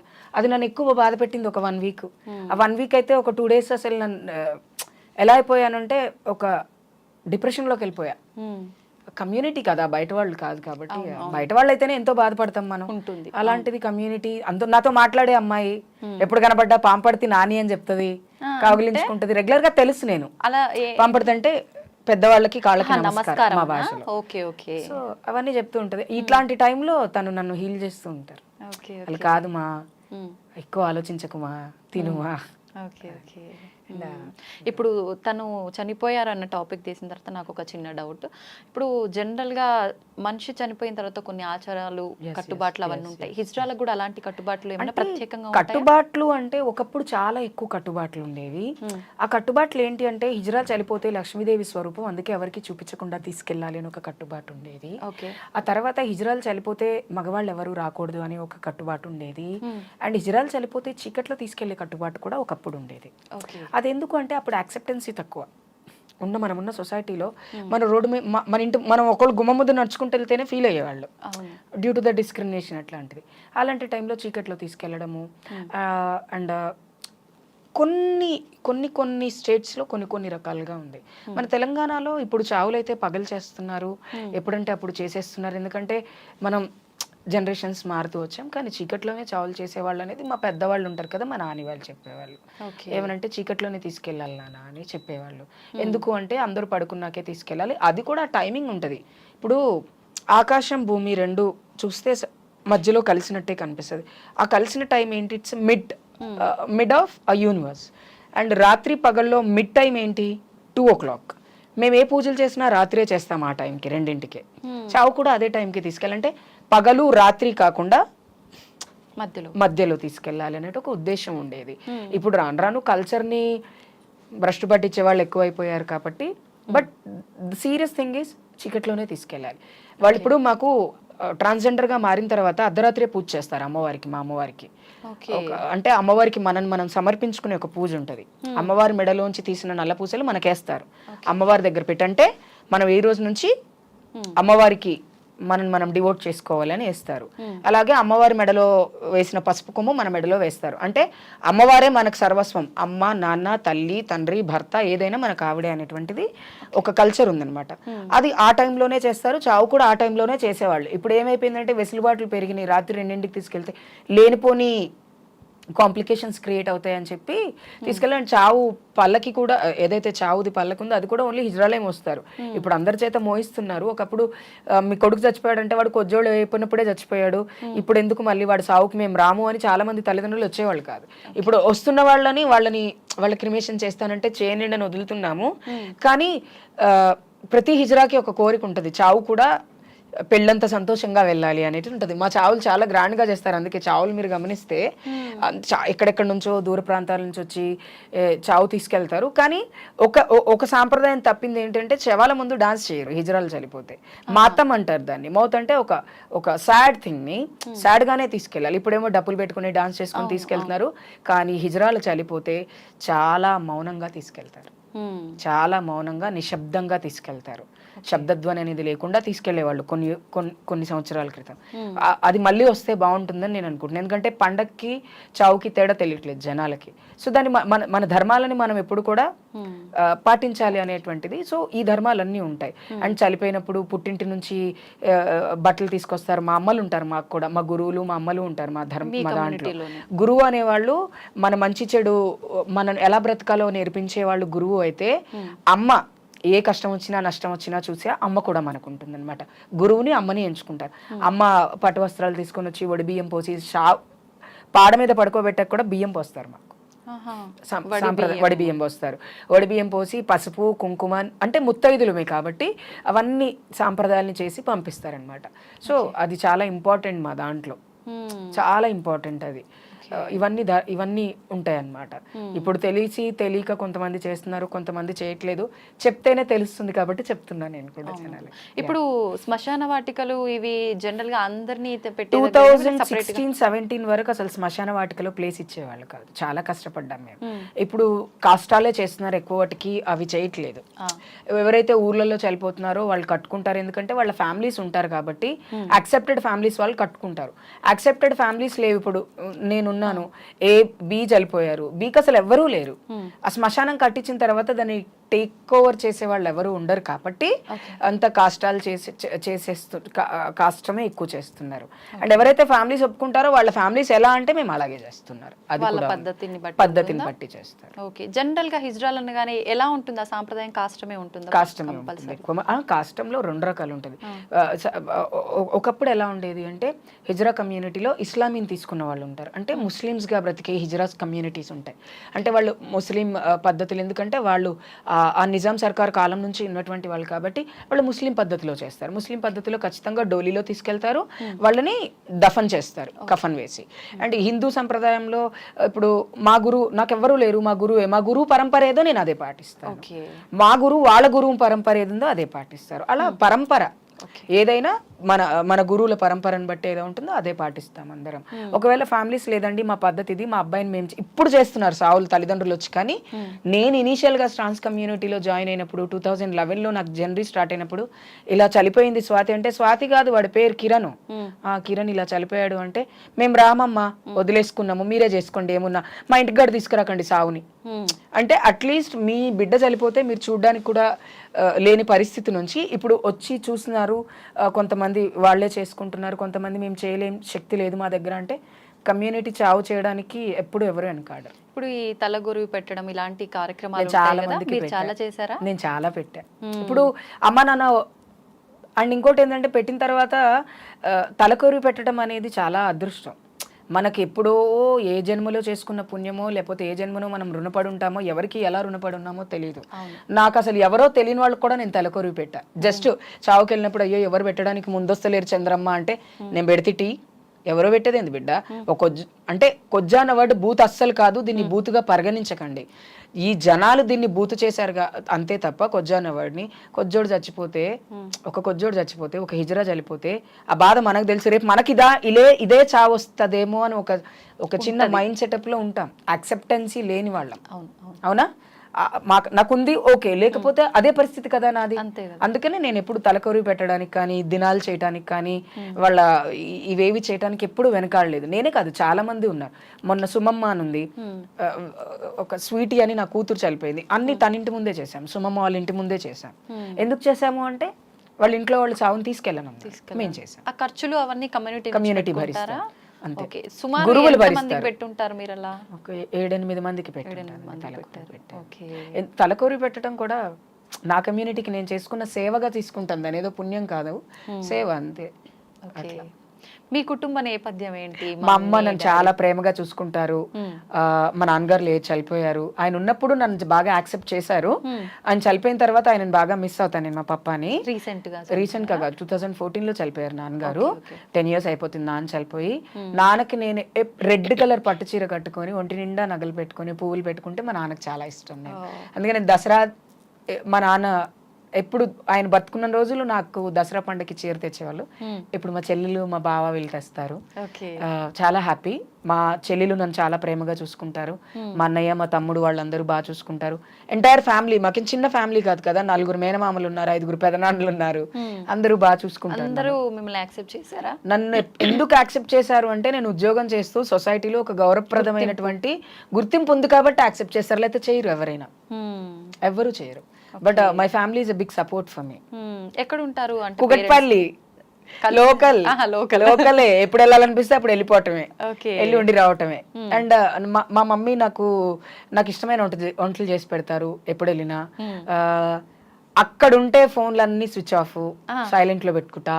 వెరీ ఇంపార్టెంట్ అంటే అమ్మకి చెల్లెల పిల్లకి చాలా టైం ఇస్తా, మా చెల్లెల పిల్లలకి ఎక్కువ. ఎందుకంటే ఇంకా మా చెల్లెళ్ళ బాగా చూసుకుంటారు నన్ను. అండ్ నాకు ఏ కష్టం వచ్చినా, ఎక్కువ కష్టాలు ఎప్పుడు రాలేదు, ఎప్పుడైనా కొంచెం లోలో ఉంటే అమ్మకి ఫోన్ చేస్తే ఏంది నాన్న మెల్లగా మాట్లాడుతున్నావు, ఏమైంది. ఇక మా మమ్మీ కొంచెం ఎక్కువ నా ఇన్స్టాగ్రామ్ లోనే చూస్తుంటారు కదా అందరివి, ఏమైంది, ఎవరో చచ్చిపోయారు, ఏమైంది, పోయినవా, జాగ్రత్త. మమ్మీ చెల్లెలు పొద్దున్నే చూసిన టీవీలో కనబడ్డావు, అయిపోయిందా, తిన్నవా. Very caring towards me. My family support is a very big support. Only సిస్టరా మీకు? సిస్టరు, ఒక అన్నయ్య, ఒక తమ్ముడు. తమ్ముడు ఒక మెడికల్ ఫీల్డ్ లో ఉన్నారు, అన్నయ్య కార్పొరేట్ కంపెనీలో జాబ్ చేస్తారు. వాళ్ళు కూడా ఒకప్పుడు బాగా తిట్టేవాడు మా అన్నయ్య, ఇప్పుడు అసలు ఏమండు. ఓకే, తిట్టడం అంటే అప్పుడు ఎలా? ట్రాన్సాక్షన్ ముందు ఎందుకు ఇట్లాగా పరువు తీస్తున్నావు అని. ఓకే, అంతే. ఎప్పుడు మారాల్సి వచ్చింది మీరు ఇట్లా, ఎందుకు మారాల్సి వచ్చింది? మార్పు అనేది మనం డిసైడ్ చేసుకునేది కాదు, మన శరీరం డిసైడ్ చేస్తుంది ట్రాన్స్ మహిళలకి. ఓకే, ఎలా అంటే మనం ఆడపిల్లలాగా ప్రవర్తించడం ఒక 6 years నుంచి 7 years నుంచి చేస్తాం. అది చేస్తూ చేస్తూ మనం చదువుకునేటప్పుడు మన చుట్టూ ఉన్న వాళ్ళు మనని ఎందుకు వీడు ఆడపిల్లలాగా బిహేవ్ చేస్తున్నాడు, ఇదేమైనా మానసిక రోగమా అని చెప్పి డాక్టర్ల దగ్గరికి తీసుకెళ్లే వాళ్ళు ఉంటారు. కొంతమంది కొట్టి మాన్పిస్తారు. ఎందుకంటే చిన్నప్పుడు ఒక టవల్ ఇలా వేసుకొని మొహం తుడుచుకునే టవల్ వేసుకుని ఆడపిల్లలాగా నడిస్తేనే టవల్ ఎందుకు వేసుకున్నావు అని కొడతారు తల్లిదండ్రులు తప్ప వాడు టవల్ వేసుకోవడానికి కారణం ఏంటి, వాడి మానసిక స్థితి ఏంటి అనేది ఆలోచించలేదు ఎవరు. సో ఇవన్నీ నాకు కూడా జరిగి 7th 8th క్లాస్లో బాడీలో ఒక మగపిల్లవాడికి ఎరెక్షన్ ఎప్పుడు వస్తుంది అనేది ఏజ్ని బట్టి వస్తుంది, ఆడపిల్లవాళ్ళకి మెయిన్ స్ట్రీమింగ్ వాళ్ళ తెలుస్తుంది. సో నాకు బాడీలో ఎరెక్షన్ లేదు. అండ్ ఈ ఎరెక్షన్ ఎందుకు రావట్లేదు అనేది ఒక క్వశ్చన్ మార్క్ వస్తుంది కదా, అదేంట్రా నీకు అట్లా, మేమెందుకు ఇట్లా, నువ్వు ఎట్లా, ఎరెక్షన్ ఎందుకు రావట్లేదు, నా బాడీలో ఎరెక్షన్ లేదు, there is a hormonal balance in my body and నా మైండ్ నా బాడీ ఆడపిల్లలాగానే నన్ను కోరుకుంటుంది కాబట్టి బాయ్కి ఉన్నటువంటి ఎరెక్షన్ నా బాడీలో లేదు. అది నాకు 7th 8th స్టాండర్డ్లో తెలిసింది. అది తెలిసిన తర్వాత ఎప్పుడైతే అద్దం ముందు ఇంట్లో అమ్మకు చెప్తామా, అమ్మ నాకు ఈ ప్రాబ్లం అవుతుంది అని చెప్పలేము, నాన్నకు చెప్తామా చెప్పలేము, అప్పుడంత వెసులుబాటు లేదు, అప్పుడంత డాక్టర్స్ కానీ అంత ఫాస్ట్ ఫార్వర్డ్గా మనం లేము. ఏందనిత అని కొడుకు ఆడపిల్లలతోటి ఆడుకుంటా ఆడపిల్లలు ఎక్కనే నడుస్తుందంటే మమ్మీ ఇంటికి రాగానే లక్ష్మ అంటే ఇట్లా అన్నది నిన్ను అని 2 తగిలియటం, నాన్నకు చెప్తే నాన్న 4 తగిలియటం, ఇలాగే ఉండింది కెరియర్ అంతా దెబ్బలతో. అండ్ ఇంకోటి వీడు 50-50 గాడు, వీడు చెక్క, వీడు 0.5 అనేటువంటి భావజాలము అలాంటి మాటలతోటే నా చైల్డ్హుడ్ అంతా ఉండేది. దీంట్లో టీచర్స్ కూడా ఎందుకురా నువ్వు ఆడపిల్లలా నడుస్తున్నావు, ఏమైందిరా నీకు, ఇలాంటి ప్రశ్నలు. ఎందుకు నడుస్తున్నావు అని అడిగారు తప్ప ఒకరోజు కూర్చోబెట్టి నీ ప్రాబ్లం ఏంటి అని నన్ను ఎవరో అడగల ఎప్పుడు. సో ఈ ప్రాబ్లం నేను ఎవరికి చెప్పుకున్నానంటే అద్దంకి చెప్పుకోవాల్సి వచ్చింది. అద్దం నా బెస్ట్ ఫ్రెండ్, నేను ఏడ్చిన అద్దం ముందే, కూర్చున్న అద్దం ముందే, ఎందుకంటే మాట్లాడుకోవడానికి మనుషులు లేరు, వాంతో మాట్లాడితే వాళ్ళగా తయారవుతావు నువ్వు అని జనాలు మాట్లాడడం మానేస్తారు. అండ్ కొన్నిసార్లు మనని హౌస్ అరెస్ట్ చేస్తారు కొంతమంది చుట్టుపక్కల వాళ్ళు నువ్వు వాళ్ళ ఇంటికి పోయి ఆడుకోకున్నాను, నీ ఎందుకు పోతున్నావు, వాళ్ళ అమ్మ ఇట్లా అంటుంది, అమ్మమ్మ ఇట్లా అంటుంది, అలా నానమ్మ ఇట్లా అంటుంది, ఇవన్నీ విని విని విని విని ఒకరోజు అద్దం ముందు కూర్చొని నాకు ఒక్కడికే ఈ ప్రాబ్లం ఉందా, ఇంకెవరికన్నా ఈ ప్రాబ్లం ఉందా అనేది అద్దాన్ని అడిగితే నీకున్న ప్రాబ్లం నువ్వే తెలుసుకోలేకపోతే ఎవడో నీకు ఎందుకు చెప్తాడు. అద్దం కూడా మన మనస్సాక్షి మాట్లాడిద్ది కదా అద్దం రూపంలో. 9th చెప్పా, మమ్మీ నేను ఆడపిల్లలాగా ఉండాలనుకుంటున్నా, ఉండమంటే ఇట్లుంటే లేదు చచ్చిపోతా. ఎందుకంటే అప్పటికి డిప్రెషన్లో ఉన్నా, యాంగ్జైటీ వచ్చేసింది ఆలోచించి. ఇప్పుడు పేర్లు ఇవి యాంగ్జైటీ అన్న పేరు, అప్పుడు యాంగ్జైటీ కాదు, మైండ్ డిప్రెషన్లోకి వెళ్ళిపోయాను. ఒంటరితనము, నాకు తెలియకుండానే నేను ఏడవటము, నాకు తెలియకుండానే నేను ఎక్కువ తినేయటం, కొన్నిసార్లు తినకపోవటం, ఒక మానసిక రోగి అయిపోయా నేను. మానసిక రోగి అయిపోయా. ఇంకా మమ్మీని ఇష్టం ఎట్లన్నా బతుకు అనింది అప్పుడు. సరే నాన్న అని చెప్పింది. ఆ చెప్పడం కూడా తాత్కాలికమే, అంటే ఆవిడికి తెలియదు వీడిని ఆడపిల్లని ఎలా చేయాలో. అమ్మకేం తెలుసు, పొద్దున ఆఫీస్కి వెళ్తే సాయంత్రం ఇంటికి వచ్చేవాళ్ళు, వర్కింగ్ మమ్మీ జాబ్ చేసేవాళ్ళు. నాన్నకి ఏం పెద్దగా తెలియదు, కానీ తెలుసుకోవడానికి ప్రయత్నం చేసే అవకాశం కూడా అప్పట్లో లేదు నా చైల్డ్హుడ్లో.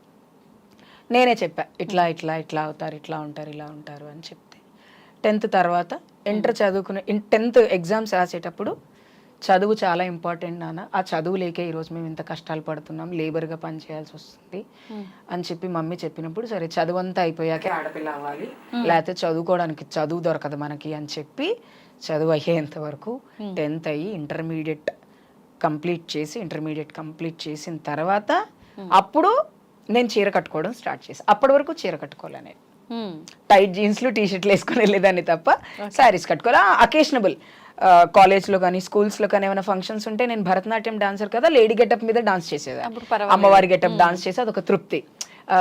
ఏదైనా సాంగ్ ఆడపిల్ల గెటప్లో వేస్తే అబ్బా మంచి డాన్సర్ అనుకునే వాళ్ళ, ఓకే నా బాధ నాకు తెలుసు అని నేను మనసులో అనుకునేది. ఆ ఫైన్ ఆర్ట్ నన్ను సపోర్ట్ చేసింది, అంటే నా మానసిక రోగాన్ని కాస్త తగ్గించడానికి నా డాన్స్ ఉపయోగపడింది. భరతనాట్యం నేర్చుకున్నాను, ఫిల్మ్ డాన్స్ నేర్చుకున్నాను, అవి రెండు ఉపయోగపడ్డాయి. ప్రతి ఒక్క ట్రాన్స్ మహిళ ఇవి ఫేస్ చేస్తారు. ఫ్యామిలీ సపోర్ట్ చేయరు, ఎవరితో ఒకరు చెప్పుకోవడానికి ఎవరు ఉండరు, మానసిక రోగం వచ్చినట్టుగా అలా అయిపోతారు. మళ్ళీ ఎప్పుడైతే మనం చీర కట్టుకుంటామో అప్పుడే మన మానసిక స్థితి కుదుట పడుతుంది. అందుకే ఒకటి చెప్తున్నాను, ట్రాన్స్ మహిళగా మారటం అంత ఈజీ కాదు. సర్జరీ కూడా చాలా పెయిన్ఫుల్ సర్జరీ. ఏదో అపెండిక్ సర్జరీ లాంటి సర్జరీ కాదు, అంటే చిన్న సర్జరీ కాబట్టి దాని పేరు చెప్పాను. ఏదో 4 కుట్లు వేయటం కాదు. ఎక్కడైతే పురుషుడి ప్రాణం అంతా మర్మాంగాల్లో ఉంటుందో ఆ మర్మాంగాన్ని తొలగించడం అనేది జరుగుతుంది. మన బాడీ మొత్తం అంతా వచ్చి అక్కడే జమ అవుతుంది. దాన్ని తొలగించుకోవటం అనేది చాలా పెద్ద టాస్క్ సర్జరీస్ అన్నమాట. బ్లీడ్ అవుతుంది. ఇప్పుడు ఆ పెయిన్ ఎలా ఉంటుంది అంటే, ఇప్పుడు ఒక తల్లి ఒక బిడ్డకి జన్మనిచ్చేటప్పుడు ఎంత బాధపడుతుందో అంతే బాధపడతాం. అయిపోయిన తర్వాత బాబుని ఎత్తుకున్నప్పుడు అమ్మ ఎంత హ్యాపీగా ఫీల్ అవుతుందో the same feel we feel after surgeries. ఎందుకంటే ఒక అద్దం ముందు నిలబడ్డప్పుడు వావ్ డన్, ఆడపిల్లలా ఉండాలి అనుకున్నా కంప్లీట్గా ఆడపిల్లనయ్యా. Surgeries are very complicated actually. Surgeries అనేవి ఓకే, ఎన్ని అవర్స్ పడుతుంది? 7 hours పడుతుంది ఒక సర్జరీ. 7 to 8 hours పడుతుంది. కొన్ని సర్జరీస్ 4 hours పడతాయి. It's based on our body and our intestines and మన బాడీ మన బాడీలో ఉన్నటువంటి ఎలా ఉండాలి డాక్టర్ సజెస్ట్ చేస్తారు సర్జరీ అనేది. కొంతమందికి సర్జరీ ఎలా చేస్తారు అంటే, ఇప్పుడు పుట్టుకతో ఇంటర్సెక్స్ పీపుల్ ఉంటారు, యోని మరియు అంగంతో పుట్టిన వాళ్ళకి రెండిట్లో ఏది ఉంచాలి ఏది ఉంచకూడదు అనేది డాక్టర్ చెప్తారు. ఇంటర్సెక్స్ పీపుల్ వాళ్ళు కూడా ట్రాన్స్జెండర్స్. ఇప్పుడు మాకు ఏ సర్జరీ చేస్తే బాగుంటుంది అనేది డాక్టరే చెప్తారు. ఇప్పుడు ఈ డాక్టర్స్ ఎక్కువ అయ్యారు, అప్పుడు మాకు డాక్టర్స్ చాలా తక్కువ. నా టైంలో నేను ఢిల్లీ వెళ్ళాల్సి వచ్చింది సర్జరీ కోసం. ఢిల్లీలో నేను 20 days ఉన్నా. అంటే టెస్ట్లు, మన యూరిన్ బ్లాడర్ ఎలా ఉంది అనేది చెక్ చేస్తారు, మన లోపల బాడీలో కొలెన్ ఎలా ఉంది, ఇంటెస్టైన్ ఎలా ఉంది, మన బ్లడ్ ఎంత ఉంది, ఏంటి షుగరు అన్నీ చెక్ చేస్తారు. ఒక సర్జరీ అనేది అంత ఈజీ కాదు. ఆ సర్జరీ చేసేటప్పుడు కూడా మనతో సంతకాలు చేయించుకుంటారు. ఉంటే ఇంటికి తీసుకెళ్ళండి, లేకపోతే శ్మశానానికి తీసుకెళ్ళండి, అదే కామన్ ఇంకెక్కడైనా ఇట్లాంటి సర్జరీస్ ఉంటాయి. But it's very bleeding surgeries ఇవి. అండ్ ఇప్పుడు ఒక అమ్మాయికి బాబు పుట్టినప్పుడు పెద్ద ఆపరేషన్ చేస్తే 9 రోజులకి కుట్లు తీసేస్తారు, కాస్త బ్లీడింగ్ తగ్గుతుంది. అది మాకు అలా ఉండదు. మాకు 40 days బ్లీడ్ అవుతుంది, కొంతమందికి 60 days బ్లీడింగ్ అవుతుంది, కొంతమందికి 3 months దాకా బ్లీడింగ్ అవుతూనే ఉంటుంది. ఎందుకంటే సర్జరీ అంత సర్జరీస్ అవి. ఎందుకంటే సర్జరీలో 4 రకాలు. ఒకటి మాస్కులేషన్ అంటారు, ఒకటి మాస్కులేషన్ అంటే అక్కడ ఉన్న పార్ట్ తీయటం. సెక్షువల్ రీసైన్మెంట్ సర్జరీ అంటే ఆడపిల్లలాగా రీక్రియేట్ కన్స్ట్రక్ట్ చేయటం. కొలన్ సర్జరీ అంటే అది కూడా రీకన్స్ట్రక్ట్ చేయడం. వర్జినా ప్లాస్టిక్ సర్జరీ అంటే కంప్లీట్గా వర్జినాని క్రియేట్ చేయటం మన బాడీలో. ఈ సర్జరీస్ అన్ని ఎట్లా అంటే టైం తీసుకుంటాయి, టైం టేకింగ్, లేయర్స్ ఉంటాయి. అండ్ డైలేషన్ ఉంటుంది. 9 inches డైలేషన్, నా బాడీకి 9 inches వస్తుంది, కొంతమందికి 12 inches వస్తుంది. అది కూడా చూస్తారు డాక్టర్స్. అంటే మీకు ఎంతవరకు చేయగలము, పెనిట్రేషన్కి పనికొచ్చే ఎంతవరకు చేయగలం అనేది ముందే చెప్తారు. 8 inches 12 inches, నీకు ఎంత కావాలంటే అంత చేయటం అనేది కుదరదు. ఇట్లా ఉంటాయి అన్నమాట సర్జరీస్. ఈ సర్జరీస్ ఎందుకు చేయించుకుంటారు అంటే, అందరికీ ఇప్పుడున్న జనరేషన్లో అందరికీ హస్బెండ్స్ ఉన్నారు, కొంతమందికి పార్ట్నర్స్ ఉన్నారు, కొంతమంది సెక్షువల్ లైఫ్ని ఇష్టపడే వాళ్ళు ఉంటారు మనతో. అలాంటి వాళ్ళ కోసం సర్జరీస్ ఇవన్నీ చేసుకోవాల్సి వస్తుంది. ఓకే, ఏ సర్జరీ ఎక్కువ కాంప్లికేటెడ్గా ఉంటుంది? Vagina plastic surgery is always complicated surgery because it reconstructs a vagina, reconstruct చేయటం అనేది it's a very big thing. And దాంట్లో కూడా చాలా రకాల సర్జరీస్ ఉన్నాయి. Every surgery is complicated for a trans women because ఆ సర్జరీ అనేది వెన్ వి వాక్ ఆ ప్లేస్లో చేస్తారు. We couldn't walk properly, we couldn't sit properly, we couldn't sleep properly. అన్నిటికీ ప్రాబ్లమే అనమాట సర్జరీ అనేది. అంత కష్టపడిన తర్వాతే ఈ సర్జరీస్కి ఇట్లా ఉంటుంది. మీరు ఇంట్లో నేను అమ్మాయిగా ఉండాలనుకుంటున్నాను అని మమ్మీతో చెప్పారు, ఓకే. మరి మిగతా వాళ్ళంతా యాక్సెప్ట్ చేశారా? సర్జరీకి వెళ్లే ముందు ఇంట్లో చెప్పారా ఇవన్నీ? మమ్మీ డబ్బులు ఇచ్చారు, కాసిన్ని డబ్బులు మమ్మీ కూడా హెల్ప్ చేశారు నాకు. అంటే ఎందుకు అంటే నా మానసిక స్థితిని నా ఫ్యామిలీ అర్థం చేసుకోగలిగింది. మానసిక స్థితి అందరూ అర్థం చేసుకోలేరు. ఎందుకు రోజు ఇది అరుస్తుంది, ఎందుకు రోజు ఇది గొడవ పడుతుంది, రోజు ఎందుకు ఏడుస్తుంది అని ఆలోచించరు. ఏడమ్మా అనేసి పని చూసుకో, ఎందుకు అలా డల్గా ఉన్నావు, చచ్చిపోలేకపోతే, ఇలాంటి మాటలు చెప్తారు. కానీ తల్లిదండ్రులు అర్థం చేసుకోవాలి మన మానసిక పరిస్థితి ఏంటి అనేది. మనతో మాట్లాడితేనే అర్థం చేసుకోగలరు.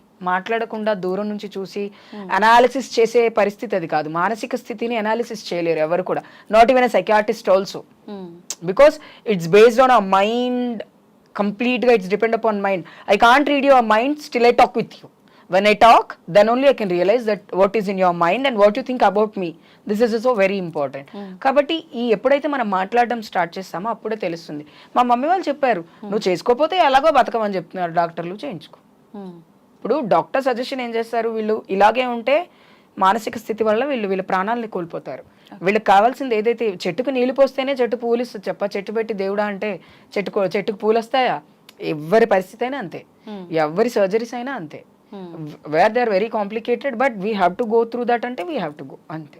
ఓకే, మరి అంత సపోర్ట్ చేశారు కదా, మమ్మీ మీతో ఉన్నారా ఆపరేషన్ టైంలో? ఎవరు వచ్చారు మీతో పాటు? నాతో పాటు మా సుమక్క అని కమ్యూనిటీలో వన్ ఆఫ్ మై సీనియర్ అక్క, సుమా అని ట్రాన్స్ విమెన్, తను ఉన్నారు నా పక్కన. ఎందుకంటే మమ్మీని తీసుకెళ్ళకూడదు అని మా దాంట్లో రూల్స్ ఉంటాయి, ఫ్యామిలీ వాళ్ళు రాకూడదు. ఎందుకంటే ఇవి అమ్మ వాళ్ళు బాధపడతారు చూసి, ఆ బాధలో నువ్వు ఎక్కువ బాధపడి లేనిపోని కాంప్లికేషన్స్ వస్తాయని ఫ్యామిలీని దూరంగా పెట్టే తీసుకెళ్తారు సర్జరీస్కి. మా కమ్యూనిటీ వాళ్ళే ఉన్నారు నాతో. అండ్ నన్ను బాగా చూసుకున్న వాళ్ళల్లో నా కూతురు నమిత, నా కూతురు యాస్మిన్, నా కూతుర్లు ఉన్నారనమాట ట్రాన్స్ కమ్యూనిటీలో. నిత్య అని నా మనవరాళ్ళు, వీళ్ళందరూ నా సర్జరీ అప్పుడు నన్ను బాగా చూసుకున్నారు. ఎందుకంటే ఒక నలుగురు చూసుకోవాలి, మాకంటూ 4 రకాల స్నానాలు ఉంటాయి, మాకంటూ డిఫరెంట్ ఫుడ్ ఉంటుంది, different type of food and different type of caring ఉంటుంది. అది ఓన్లీ కమ్యూనిటీ కెన్ డూ. ఒక హిజ్రాని హిజ్రాగా మార్చుకొని బాగా చూసుకోవడం హిజ్రాలకు మాత్రమే సాధ్యం, వేరే వాళ్ళకి ఎవరికి సాధ్యం కాదు. ఎలా తెలుసుకున్నారు మీరు ఇదంతా? అంటే వాళ్ళని ఎలా మీరు అప్రోచ్? నాకు నేను కాలేజ్ చదివేటప్పటి నుంచి సికింద్రాబాద్ బ్లూసీ హోటల్ దగ్గర సుమక్క నిలబడేది, రోజు వెళ్తూ వస్తుండేది. అలా అక్కతో పరిచయం నాకు. నేను కూడా మీలాగే అని చెప్తే, చదువుకోరా ముందు లేకపోతే నాశనం అయిపోద్ది జీవితం అని పాపం సుమక్క కూడా చెప్పింది. సుమమ్మ అంటారు, one of the community leader. తను చెప్పేది నాకు, సర్జరీలు ఇలా చేస్తారు, ఇలా చేస్తారు, ఇలా ఉంటాయి అంటే. నాకు ఇంటర్ నుంచి నేను కమ్యూనిటీ కొంచెం తెలుసు, ఫ్రెండ్స్ ఉన్నారు కమ్యూనిటీలో, వెళ్తుండే వస్తుండే. అప్పుడప్పుడు వెళ్ళి వాళ్ళ ఇంట్లో చీర కట్టుకొని తయారయ్యి బోనాలకి బతుకమ్మలకి వాళ్ళ ఇంట్లోకి వెళ్ళి రెడీ అవుతాడు. అదొక బూస్ట్ లాంటిది, కొన్ని రోజులు మన లైఫ్ని సస్టైన్ చేయాలి చేంజ్కి ముందు, అలా ఉండేది అనమాట. అట్లా నాకు తెలుసు. అండ్ నేను చదువుకున్నాను కాబట్టి ఎక్కువ తెలుసుకోగలిగా. అప్పుడే మనకి యాహూ అనేది వచ్చింది, కంప్యూటర్లో యాహూ, ఈ గూగుల్ అని ఇవన్నీ అప్పుడప్పుడే వస్తున్నాయి. కాబట్టి ఐ యూస్ టు ఆల్వేస్ కూర్చొని ఏంటి అని తెలుసుకునేది. అప్పుడు నెట్లో కూర్చొని అదే పనిలో ఉన్నాను కాబట్టి అప్పుడు ఇన్ఫర్మేషన్, ఇప్పుడు అందరికీ తెలిసిన ఇన్ఫర్మేషన్. ఎన్ని రోజులు ఉండాల్సి వస్తుంది ఆఫ్టర్ సర్జరీ? ఇప్పుడు ఏ సర్జరీస్ అయినా మామూలుగా శాస్త్రం ప్రకారం మాకున్న కల్చర్లో 41 daysకి స్నానం చేపించేసి వాళ్ళని జనాల్లో తిరగడానికి వదులుతారు. ఓకే, అప్పటి వరకు మగవాళ్ళని చూడడానికి వీల్లేదు, ఆడవాళ్ళని చూడడానికి వీల్లేదు, కమ్యూనిటీలోనే ఉండాలి, బయటికి వచ్చిన దుపట్టా కప్పుకోవాలి, ఈ రూల్స్ ఉంటాయి మాకు. 41 daysకి ఎప్పుడైతే స్నానం అయిపోయి అమ్మవారితో పూజ చేసి అమ్మవారి పేరు మీద మనకి నల్లపూసలు వేస్తారో, దీంట్లో ఒక చిన్న క్లారిటీ ఇస్తాను. చాలా మంది ఇన్స్టాగ్రామ్లలో, ఈ సోషల్ మీడియాలో గురువులు పసుపు కొమ్ము కడుతుంటే గురువులు మీ మొగుళ్ళ అని అడుగుతున్నారు. పసుపు కొమ్ము పెళ్ళప్పుడు ఇంటి ఆడపిల్ల కూడా వదినకు కట్టుతుంది, అదే సాంప్రదాయం తప్ప అది పెళ్లి కాదు. దయచేసి అందరూ దీన్ని ఒకసారి లాక్ చేసుకోండి. సో ఎప్పుడైతే ఆ పసుపు కొమ్ము కట్టి మన మెడలో నల్లపూసలు వేస్తారో అక్కడికి మన ఇది అయిపోతుంది, కమ్యూనిటీలో ఉన్న కల్చర్ అయిపోతుంది. తర్వాత తిరగొచ్చు, కానీ ఎక్కువ తిరగం. మనమే 3 నెలల దాకా రెస్ట్ తీసుకోవాల్సి వస్తుంది. కొంతమంది 6 months రెస్ట్ తీసుకుంటారు, కాంప్లికేషన్స్ ఏమైనా ఉంటాయి. కాంప్లికేషన్స్ అంటున్నారు కదా, నిజంగా ఎటువంటి కాంప్లికేషన్స్ వస్తాయి surgery? After surgery bleeding complications వస్తాయి, యూరిన్ ఇన్ఫెక్షన్స్ వస్తాయి, యూరిన్ ప్రాబ్లమ్స్ వస్తాయి. కొంతమందికి సర్జరీ ఫెయిల్ అవుతుంది, కొంతమందికి. ఎందుకంటే ఈ సర్జరీస్ అనేవి ఎట్లాంటివి అంటే, ఎక్కడో మన శరీరంలో లేని ఒక దాన్ని కన్స్ట్రక్ట్ చేయడం వల్ల, లేయర్స్గా ఉండడం వల్ల, ఏదో ఒక నర లోపల ఉన్నటువంటి నర్వ్స్లో ప్రాబ్లం రావచ్చు, బ్లీడ్ అవ్వచ్చు, బాడీలో బాగా హీట్ పెరిగి బ్లీడ్ అవ్వచ్చు, బాడీలో హార్మోనల్ బ్యాలెన్స్ సడన్గా పెరిగిపోద్ది, మన ఆలోచన వల్ల పెరగవచ్చు, లేకపోతే మనం తీసుకున్న మెడిసిన్స్ వల్ల పెరగచ్చు. ఎందుకంటే చాలా స్టెరాయిడ్స్ ఇస్తారు డాక్టర్స్, వాటి వల్ల మన బాడీ కొన్నిటిని భరిస్తుంది, కొన్నిటిని భరించలేకపోతుంది. తెలియకుండానే మనకి మన బెడ్ వెట్ అయిపోతుంది, తెలియకుండానే మన బెడ్ రెడ్ అయిపోతుంది కొన్నిసార్లు. ఇవన్నీ కాంప్లికేషన్స్ అవుతూ ఉంటాయి. అండ్ బ్రెస్ట్ పెయిన్ వస్తుంది బాగా, మూడ్ స్వింగ్స్ వచ్చేస్తూ ఉంటాయి, సడన్గా హెడేక్ వస్తుంది, వామిటింగ్స్ అయిపోతూ ఉంటాయి. 3 months ఓన్లీ ఫ్రూట్ జ్యూస్ తాగి ఉండడం అంటే అంత ఈజీ కాదు, రైస్ అనేది లేకుండా. 3 months జ్యూసెస్ మీద ఉండాలా? సర్జరీస్ బేస్డ్ అవి కూడా.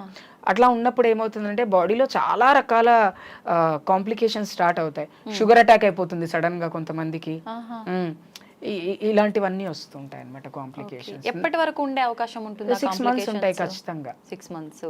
పెయిన్స్ అన్ని 6 తగ్గుతాయి. 6 months. కానీ లైఫ్ లాంగ్ ఒక పెయిన్ ఉండిపోతుంది, బ్యాక్ పెయిన్ అయితే. ఎందుకంటే ఎనెస్థీషియా 8 hours ఇస్తారు కాబట్టి, మనకి సర్జరీ టైం 8 hours ఉంటుంది కాబట్టి ఎనెస్థీషియా ఘోరంగా ఇస్తారు కాబట్టి, క్లోరోఫామ్ అని అదని ఇదని, దానివల్ల బాడీ కొంచెం ఎక్కువ ప్రాబ్లం ఫేస్ చేస్తుంది. ఇంకా ఎటువంటి కాంప్లికేషన్స్?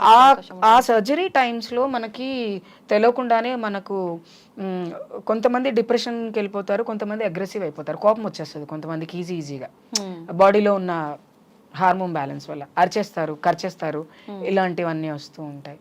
ఎక్కువ మట్టుకైతే అందరు అనుకుంటారు ట్రాన్స్ విమెన్స్ చాలా హ్యాపీగా లైఫ్ లీడ్ చేస్తారని, కానీ నేను పడుకున్న బెడ్కు తెలుసు నాకేం జరుగుతుందో అనేది. అట్లా only my pillow and my bed know what I gonna through at night కదా. సో అట్లా ఏం చెప్తారు మీరు? అంటే మీలాగా నేను ఇలా మారాలి అనుకునే వాళ్ళకి ఇన్ని ఇబ్బందులు ఫేస్ చేశారు కదా, ఏమని సలహా ఇస్తారు?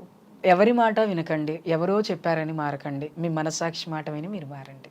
ఎందుకంటే నాకు ఎవరు చెప్పాల. అండ్ ఇంకోటి, డబ్బు కోసం నేను చీర కట్టుకోవాలా. డబ్బు కోసం చీర కట్టుకునే వాళ్ళు ఇప్పుడు ఎక్కువ అయిపోయారు సొసైటీలో.